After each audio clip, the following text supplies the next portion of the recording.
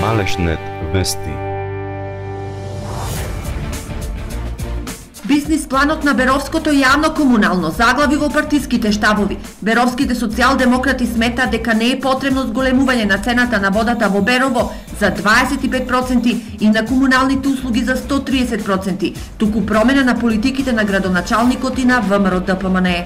Оправдувањето на ВМРО-ДПМН дека поголеми цени на водата и канализацијата ќе се поврзани со бизнис планот на јавното комунално предпријатие се несоодветни.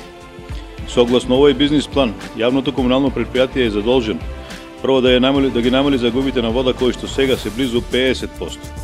Второ, да се намали бројот на вработените од 85 на 73 во истото предпријатие.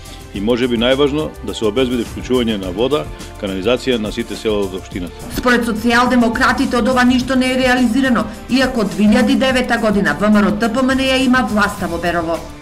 За СДСМ ова е неодговорно однесување на градоначалникот, кој се обидува да го прикрие со зголемување на цените на водата и канализацијата е неприфатливо. Ги повикуваме ВМРО-ДПМН и градоначалникот Наџински најпрво да ги реализираат останатите точки од бизнис планот.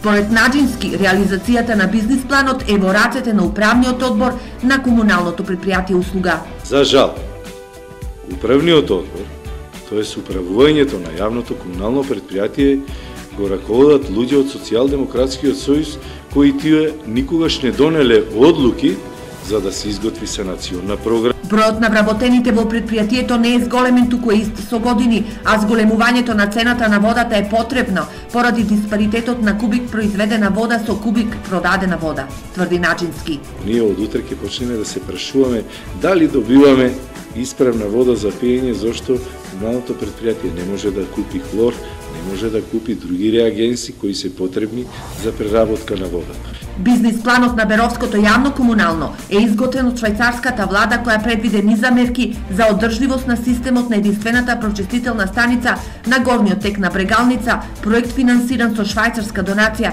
Сега неспроведувањето на бизнис планот ги става во залог 580.000 евра, пари од Европската инвестицијска банка за решавање на проблемот и со водата за пиење во Ратево.